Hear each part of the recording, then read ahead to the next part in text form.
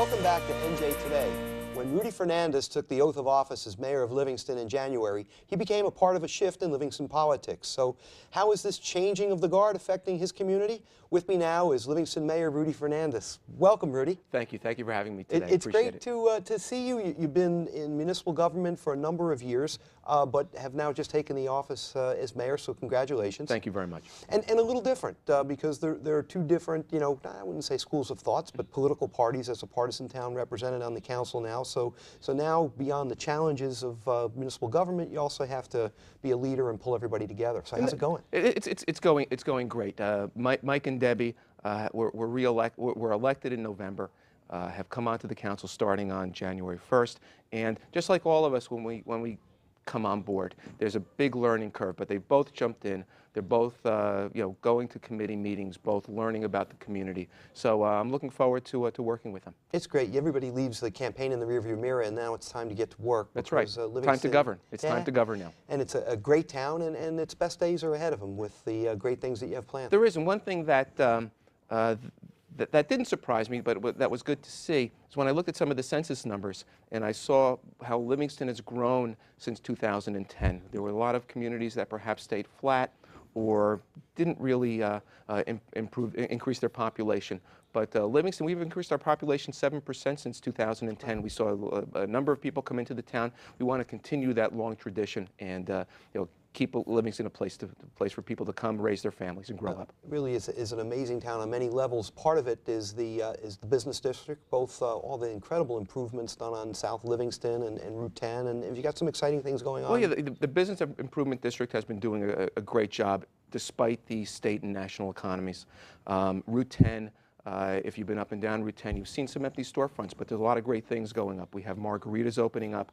Fortunoff's has opened up. Oh, I didn't realize that. Yeah, Fortunoff's just opened up. We have the old Linens and Things in Circuit City location, and they're expanding that facility. And they've also put on one of the buildings some solar panels, so they're also being very environmentally conscious. Oh, and by the way, I want to thank you for all the help that you give us, not only being chair of the Environmental Commission, because that really helps us, and we've also been promoting the same thing, trying to follow in your footsteps and everything that you've done. So I want to thank you for that. Well, you're sweet to say it, but it really, the effort that Livingston makes at a grassroots effort on the environmental side, Norlene Johnson, big part of it. Big part of it. She pushed it along a lot during her 4 years on the council. Something to be really proud of, and great. I know part of you, as a businessman lawyer. I know you do estate planning work. Yes. And right in town, so you're a local businessman, and part of your initiative was to be business friendly and to fill up those vacancies, and that's a great thing. Right. We've been working with, we put together a couple of committees over the past couple of years, just studying this and what can we do,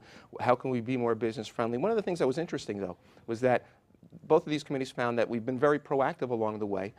We can do some minor tweaks here and there, just like anybody can do, and continue to be more business friendly and to really continue investment in our community. Well, speaking of investment, I mean, just the facilities alone, the high school complex, the playing fields that are just utilized constantly. That's really another thing in the feather of the cap of municipal government. Really wonderful. And I guess the question is, what are we there to do? And certainly, maintaining, the budget, keeping it as low as possible, keeping the taxes as low as possible. But there's also the quality of life issues that make people want to come to a particular town. And that's the other thing that we have to balance in any, in discussing any budget issues, where certainly you want to keep taxes as low as possible, but on the other hand, you want to provide the services that residents want and residents deserve. Well, we're at that time of year that you are dealing and striking your budget now. How is that going? You're going to be able to deal, you're going to have to, with the state cap? We have this, we do have the state cap. I know that that you've been a huge proponent on assisting municipalities and keeping their taxes down, keeping expenses down, sharing services. We appreciate all the help that you give us with that. And that's what we're looking at.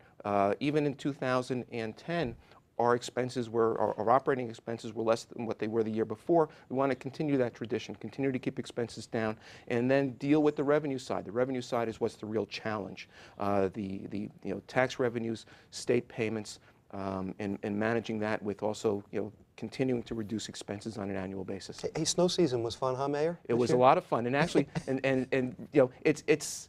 it's our employees that actually make us look good. on the council, and they did such a terrific job during the snowstorm after snowstorm after snowstorm.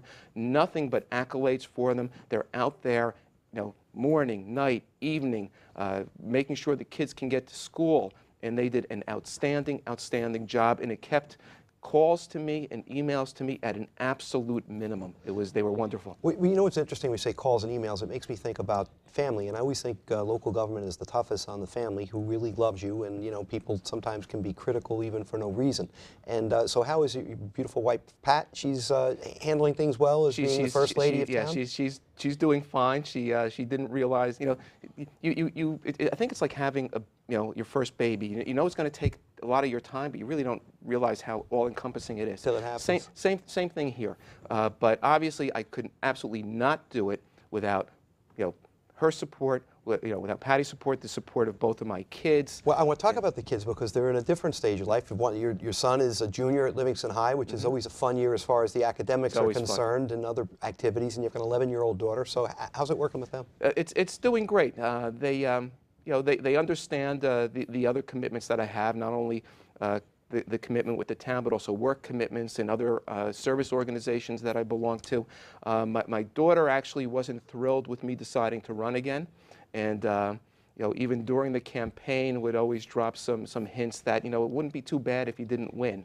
But I think she's happy that I did, and we try and get to as many events together as possible, just so we see each other as much as possible. Well, beyond happy, I know that she's proud, and we're happy to have a family that's willing to share their dad and spouse. And like I said, I couldn't do this without them. Yeah. Are you enjoying it? Are you having fun? I'm really having a great time. One of the things about our form of government is it's a 1 year, I'm serving as mayor for 1 year. And this is my first time doing it. Deputy mayor, behind me is Steve Santola. He has been mayor He's been twice. Through the cycle. Twice in town. And luckily I have and Gary Schneiderman, who has been mayor twice as well. And I've really had the opportunity to pick their brains, what worked for them when they served, what didn't work for them. And they've been a huge support for me in getting through just my first, 2 months. Yeah, it's a little fun in the beginning, mayor, and you look over your shoulder and say, "Who are they talking to?" And it's like, "You." It's been kind of strange. Yeah. I do look around when they say that. Yeah. What do you like about it the most, and what's the most difficult? What I like about it the most is really being out there and dealing with meeting the public.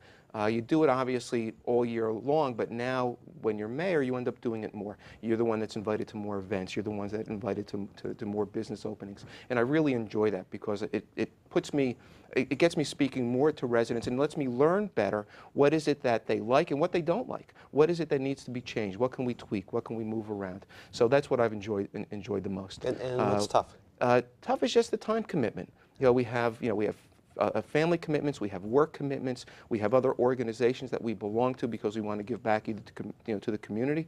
So that's the hard part. It just ends up being able to manage your time. And but on the balance of it, if like taking a step back, you're thrilled that you got into public service in the way that you are. I'm absolutely thrilled with it. It's making it's my little part in continuing the tradition of people getting people to come to Livingston.